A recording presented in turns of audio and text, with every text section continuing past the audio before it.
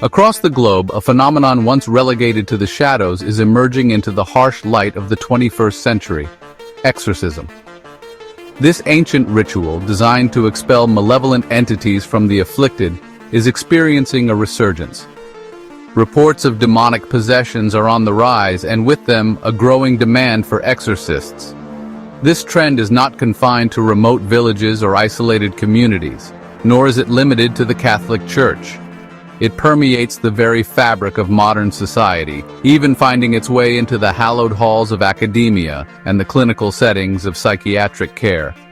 The resurgence of exorcism presents a complex and often unsettling intersection of faith, psychology, and the unknown. What has sparked this renewed interest in the demonic and demonic activity? Is it a genuine increase in spiritual affliction, or are there other forces at play? To comprehend this phenomenon, we must delve into the interplay of factors contributing to its rise. This exploration demands a nuanced understanding of both the spiritual and psychological dimensions of human experience. It also demands an open mind, as there are now countless examples of certified demonic possession. Only then can we begin to unravel the mysteries surrounding the chilling rise of exorcisms. The Catholic Church, long considered the bastion of exorcism, has witnessed a significant increase in the demand for these rituals. Priests trained in the rite of exorcism are overwhelmed with requests for help, their numbers dwarfed by the sheer volume of alleged cases. This surge has prompted the Church to bolster its ranks of exorcists. In fact, according to some reports, the number of exorcists in the U.S. has increased from 12 to 50 in the past few years. Seminaries worldwide are now incorporating demonology and exorcism into their curricula. Protestant denominations, too, are experiencing a similar upswing in demand for deliverance ministry, their own form of spiritual intervention against demonic activity. Pastors and church leaders find themselves grappling with an influx of individuals reporting demonic oppression or possession. This growing need for spiritual intervention begs the question, what factors are driving this demand? While many attribute it to a genuine increase in demonic activity, others point to a confluence of social, cultural, and psychological factors. Understanding this demand necessitates exploring the impact of pop culture, the influence of sensationalized media, and the very real struggles individuals face with mental health issues that may manifest in ways easily misconstrued as demonic. It also demands an open mind to the very real possibility of actual demonic possession. Examples of demon possession in the Bible include Mark 1:21-28. Jesus' first recorded miracle was exorcising a man with an unclean spirit in a synagogue. Matthew 8:28-34. Jesus exorcised demons from 2 people living among the tombs in Gadara. Luke 4:33-36, a passage that describes demonic influence. Acts 16:16-18, a passage that describes a spirit giving a slave girl the ability to know things beyond her own learning. 1 Samuel 16:14-15, a passage that describes King Saul being troubled by an evil spirit. Popular culture has long held a fascination with the supernatural, and demonic possession has become a staple of horror movies, television shows, and books. From classic films like The Exorcist and The Pope's Exorcist to modern paranormal investigation series, the media has played a significant role in shaping public perception of demonic activity. This constant exposure to fictionalized accounts can desensitize viewers to the gravity of genuine spiritual matters. It can also lead to a distorted understanding of demonic possession, blurring the lines between entertainment and reality. Furthermore, the internet has provided a vast and easily accessible platform for sharing personal experiences, beliefs, and misinformation about the demonic. Online forums and social media groups dedicated to the paranormal often amplify anecdotal accounts, further fueling public fascination and anxiety. While pop culture's influence on the resurgence of exorcisms is undeniable, it's crucial to differentiate between entertainment and genuine spiritual warfare. Sensationalized portrayals should not overshadow the very real experiences of those who have witnessed demonic possession or those who genuinely believe they are afflicted by demonic forces. Throughout history, numerous accounts of both alleged and actual demonic possession have emerged, each with unique and chilling details. These cases often defy rational explanation, baffling investigators and witnesses. Annalisa Michel's exorcisms in the 1970s inspired The Exorcism of Emily Rose. Roland Doe's case in the 1940s inspired The Exorcist. These stories highlight the profound impact on individuals and families. Confronting the darkness, the ritual of exorcism. Exorcism rituals vary across religions but share core elements, confronting and expelling malevolent entities. Catholic exorcisms are structured, performed by authorized priests. They involve prayers, blessings, and sacred objects. Protestant exorcisms or deliverance ministry are more spontaneous. Both call upon the name of Jesus and aim to restore individuals to wholeness and freedom. These rituals reflect the human struggle against darkness. The mind's shadow. Mental health and demonic possession. Symptoms of demonic influence, like altered behavior and visions, often mirror mental illnesses such as psychosis and schizophrenia. A good example of the casting out of demons can be found in Luke 8:26-37.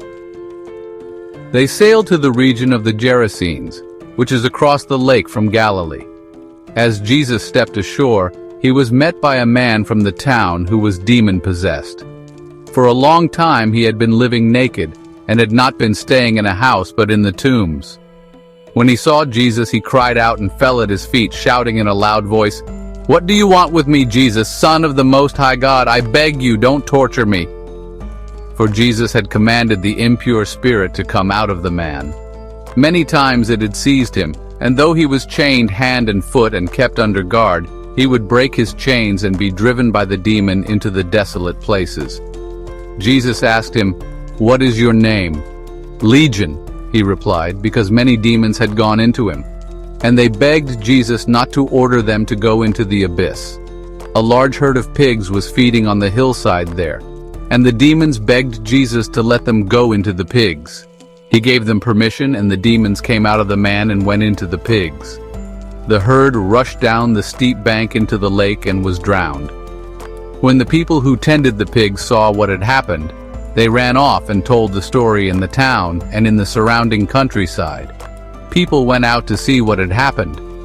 When they came to Jesus, they found the man from whom the demons had gone out, sitting at Jesus' feet, dressed and in his right mind. And they were afraid. Those who had seen it told them how the demon-possessed man had been healed. So all the people of the region of the Gerasenes asked Jesus to leave them, because they were overcome with fear. So he got into the boat and left. The man from whom the demons had gone out begged to go with him, but Jesus sent him away, saying, "Return home and tell how much God has done for you." So the man went away and told all over town how much Jesus had done for him. Demonic possession is very real, and although thorough evaluations are crucial to rule out psychological conditions before attributing behavior to spiritual causes. In some cases, spiritual intervention alongside mental health care may be necessary. The ethics of exorcism, a delicate balance. The resurgence of exorcisms raises a host of ethical dilemmas, particularly concerning the vulnerability of those seeking help and the potential for exploitation. It's imperative to approach these rituals with utmost sensitivity, ensuring the well-being and autonomy of the individual are paramount. One ethical concern is the potential for misdiagnosis. Misinterpreting mental illness as demonic possession can have devastating consequences, delaying necessary treatment and subjecting individuals to unnecessary and potentially harmful rituals. Another concern is the potential for abuse of power. Individuals seeking help from religious figures may be particularly vulnerable to manipulation or exploitation, especially if they are desperate for relief from their suffering. To mitigate these risks, it's crucial to establish clear ethical guidelines for conducting exorcisms. This includes ensuring informed consent involving mental health professionals in the assessment process, and prioritizing the safety and well-being of the individual above all else. The ethics of exorcism demand a delicate balance between respecting religious beliefs and upholding the principles of human dignity and autonomy. Where science and spirit collide, the ongoing debate. The resurgence of exorcisms has reignited the age-old debate between faith and science. Science views possession as mental illness, while faith and religion sees it as spiritual warfare. The debate remains unresolved, urging intellectual humility and openness. Ultimately, it's a matter of personal interpretation and faith. Conclusion: discerning the true nature of evil. The resurgence of exorcisms in the 21st century presents a compelling glimpse into the enduring human fascination with the supernatural. Are these events manifestations of genuine spiritual warfare, or are they rooted in the complexities of the human psyche? The phenomenon of exorcism highlights the enduring human struggle to comprehend the nature of good and evil. It underscores the need for a nuanced approach, acknowledging the interplay of faith, psychology, and the unknown. Whether we view exorcisms as a testament to the reality of the demonic or the power of belief, these rituals remind us of the enduring human need to confront and make sense of the forces that challenge our understanding. The true nature of evil may remain elusive, but the search for answers continues to shape our understanding of the human condition. Thank you for watching. Be sure to like, subscribe, and share as we continue to bring unique content. Cheers!